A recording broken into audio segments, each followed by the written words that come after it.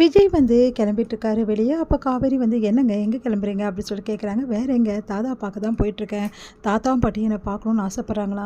எங்க நானும் வரேங்க தாத்தா பாட்டி பார்க்குறதுக்கு அப்படின்னு சொல்லி சொல்கிறாங்க. நீயுமா காவேரி? வேணாம் காவேரி, சொன்னால் கேளு, எதுக்கு தேவையில்லாத அலைச்சல் அப்படின்றாங்க. உடனே வந்து இல்லைங்க, நானும் கண்டிப்பாக வந்து தான் தீருவேன். நானும் தாத்தா பாட்டியை பார்க்க வேணாமா? இங்கே பாருங்கள், பாட்டி வேணா என் மேலே கோவமாக இருக்கலாம், ஆனால் அவங்க மேலே எனக்கு எந்த கோவமும் கிடையாது. அதனால் அவங்க 2 பேரையும் பார்த்தே தீருவேன், நானும் வரேங்க ப்ளீஸுங்க அப்படின்றாங்க. சரி ஓகே காவேரி, அம்மாக்கிட்ட சொல்லிட்டியான்னொன்னே, நான் இப்போ சொல்லிடுறேங்க அப்படின்னு சொன்னோன்னே, என்னடி நீயும்மா இந்த டைமில் எப்படிடி அப்படின்னோடனே, இல்லைம்மா எனக்கு பார்க்கணும் போல் இருக்குமான்னு. சரி 2 பேரும் நல்ல மாதிரி போயிட்டு வாங்க அப்படின்னு சொல்லிட்டு சாரதா வந்து வழி அனுப்புகிறாங்க. இங்கே வந்து கங்கா பார்த்துட்ருக்காங்க. என்ன கங்கா அப்படின்னு சொன்னோன்னே, ஒன்றும் இல்லை, என்ன திடீர்னு அவங்க 2 பேரும் அங்கே போகிறாங்க அப்படின்னோடனே, தெரிலடி, அவள் பார்க்கணுன்னு ஆசைப்பட்டா அதான் போகிறாங்க, அதானே பார்த்தேன். காவேரி எப்படின்னாலும் வந்து பெரிய பணக்கார வீட்டில் தானே போய் சேர்ந்துருக்கா. அப்பா அவங்க சொத்து மேலே காவேரிக்கு ஆசை இருக்க தானே செய்யும் அப்படின்றாங்க. ஏன்டி இப்படிலாம் வளர்ற, உனக்கு என்ன தான் ஆச்சு கங்கா?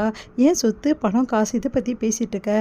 இப்போ உன் புருஷன் அங்கே உனக்காக தானே கஷ்டப்பட்டுட்டு இருக்காரு, அதை பற்றி கொஞ்சமாவது யோசிச்சியா அப்படின்னு சொன்னோன்னே, இங்கே பாருங்கள், நான் எதை பற்றி யோசிக்க தயாராக இல்லை, இவெல்லாம் திருந்தவே மாட்டா அப்படி சொல்லிட்டு போகிறாங்க அவங்க அம்மா. அடுத்து வந்து இங்கே காவேரி விஜயும் வர்றதை பார்த்துட்டு தாத்தா பாட்டி வந்து பார்க்குறாங்க. பாட்டி உடனே வாங்க உள்ள அப்படி சொல்கிறாங்க. உடனே பாட்டி பார்த்து, என்ன பாட்டி என்கிட்ட பேச மாட்டிங்களா அப்படி சொல்லிட்டு காவேரி கேட்குறாங்க. உங்ககிட்ட நான் ஏன் பேச மாட்டேன், நான் நல்லா தானே பேசுகிறேன். நான் இல்லை பாட்டி, என் மேலே உங்களுக்கு நிறைய கோபம் இருக்குன்னு எனக்கே தெரியும்.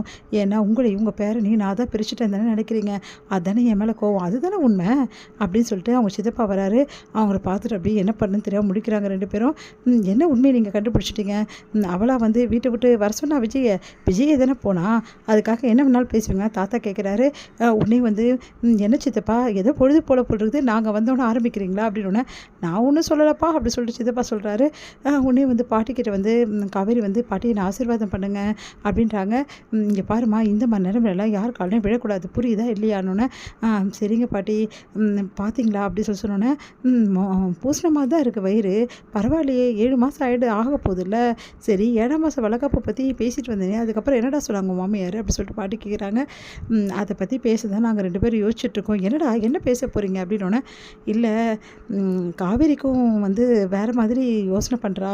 என்ன மாதிரி யோசனை அப்படின்னோடனே, காவேரி என்ன ஆசைப்பட்றான்னா வீட்டோட வந்து சிம்பிளாக பண்ணணும்னு ஆசைப்பட்றா. அது எப்படி பண்ண முடியும்? நீ எங்களுக்கு ஒரே பேரண்டா, உன்னோட வந்து இந்த வீட்டு ஃபங்க்ஷனை எவ்வளோ பெருசாக பண்ணணும்னு நான் நினச்சிட்ருக்கேன் தெரியுமா, அதுக்கான ஏற்பாடு எல்லாமே பண்ணியாச்சு, இப்போ போய் இப்படி சொல்கிற. பாட்டி என்ன பாட்டி நீங்கள் அதுக்குள்ளே என்ன ஏற்பாடு பண்ணீங்க? இல்லைடா, எப்படி பண்ணணும் ஏது பண்ணணும்னு சொல்லிட்டு நாங்கள் யோசனை பண்ணி வச்சுருக்கோம். இப்போ திடீர்னு வந்து நான் பண்ண முடியாது சொன்னேன், என்ன அர்த்தம்? ஏன்டா எங்களை பார்த்தா உனக்கு என்ன தான் தெரியுது, எங்கள் மனசை பற்றி கொஞ்சம் கூட யோசிக்க மாட்டேங்கன்னு பாட்டி கோச்சிக்கிறாங்க. உடனே வந்து விஜய் வந்து, பாட்டி அப்படி சொல்லிட்டு கிட்டே போய் சமாதானப்படுத்துகிற, ப்ளீஸ் பாட்டி சொன்னால் கேளுங்க, இப்போ இருக்க நிலைமையில் எதுக்கு பாட்டி பெரிய ஃபங்க்ஷன்லாம் சின்னதாகவே பண்ணிக்கலாம்னு சொல்லிட்டு தான் நான் சொல்கிறேன், புரியுதா பாட்டி அப்படி சொன்னோன்னே, என்னமோ போடா அப்படின்றாங்க. உடனே காவேரியும் கிட்ட வந்து உட்காடுறாங்க. பாட்டி என் மேலே கோவம் இருந்தா என்னை திட்டிடுங்க பாட்டி, ஆனால் என்கிட்ட கோவமாக பேசாதீங்க பாட்டி, ப்ளீஸ் பாட்டி, உங்ககிட்ட நல்ல மாதிரி பேசணும், தாத்தா கிட்டே எனக்கு நல்ல மாதிரி பேசணும்னு ஆசையாக இருக்குது பாட்டி, என் ஆசை உங்களுக்கு புரியுதா அப்படின்னோடனே, சரிம்மா விடு நான் எதையும் பற்றி பேசல போதுமா அப்படின்ட்டாங்க. சரி 2 பேரும் இருங்க, சாப்பிட்டு தான் போகணுன்னா கண்டிப்பாக சாப்பிட்டு போகலான்னு, பாட்டிக்கு நான் உதவி பண்ணுறேன் அப்படின்னு சொல்லிட்டு காவேரி போகிறாங்க. இங்கே வந்து தாத்தா கிட்ட விஜய் வந்து பேசியிருக்கேன். என்ன தாத்தா எப்படி இருக்கீங்க அப்படி, நல்லா இருக்கேன்ப்பா, நீ இல்லாத குறை தான் அப்படின்றாரு. சரிப்பா, உன்னோட வேலையெல்லாம் எப்படி போயிட்டுருக்கு, வேலை ஏதாவது ஜாயின் பண்ணி? இல்லை தாத்தா, எல்லா இடத்துலையுமே வந்து ஓவர் குவாலிஃபிகேஷன்றாங்க, அதுதான் ஒரே கஷ்டமாக இருக்குது அப்படின்னு. விஜய் நான் சொல்கிறது தப்பாக நினைக்காத, உண்மையிலேயே நீ ஓவர் குவாலிஃபிகேஷன் தான் எல்லா வேலைக்கும், ஏன்னா உனக்கு வந்து நிறைய டேலண்ட் இருக்குது விஜய், அதனால் நீ எங்கேயும் வேலைக்கு போகாதப்போ ஒரு பிஸ்னஸ் ஆரம்பிச்சிட, தாத்தா உனக்கு எல்லா சப்போர்ட்டும் பண்ணுறேன் அப்படின்னு. அதெல்லாம் வேணாம் தாத்தா, நான் ஓனாக பிஸ்னஸ் ஆரம்பித்தாலும் நான் எனக்குன்னு தனி பிஸ்னஸ் தான் ஆரம்பிப்பேன், யாரோட சப்போர்ட் இல்லாமல் தான் ஆரம்பிப்பேன் அப்படின்னு. சரி விஜய், உன்னை பற்றி எனக்கு நல்லா தெரியும், உன்னால் எல்லாம் பண்ண முடியும், எனக்கு நம்பிக்கை இருக்குது அப்படின்னு சொல்லிட்டு தாத்தா வந்து அப்ரிஷியேட் பண்ணுறாரு. இங்கே வந்து 2 பேருமே பார்க்குறாங்க. பார்த்தா காவேரி வந்து வேணாம் சொல்லி கூட வந்து நம்ம பாட்டிக்கு வந்து உதவி பண்ணிக்கிட்டே இருக்காங்க.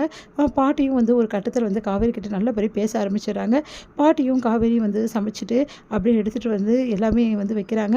அதெல்லாம் பார்த்து சந்தோஷம் தாங்க முடியல விஜய்க்கு. விஜய் வந்து அவ்வளோ சந்தோஷப்படுறாரு. உடனே விஜய் வந்து பாட்டிக்கிட்ட கையை பிடிச்சிட்டு, பாட்டி ரொம்ப தேங்க்ஸ் பாட்டி, காவேரி மேலே கோவப்படாமல் இருந்ததுக்கு அப்படின்னோடனே, எனக்கு என்னடா கோவம் இருக்குது, கொஞ்சம் வருத்தம் இருந்தது, அதுவும் இப்போ போயிடுச்சுடா அப்படின்னோடனே சந்தோஷம் தாங்க முடியல விஜய். அவ்வளோ சந்தோஷமாக அவங்க பாட்டி தாத்தா கிட்ட பேசிகிட்டு இருக்காரு.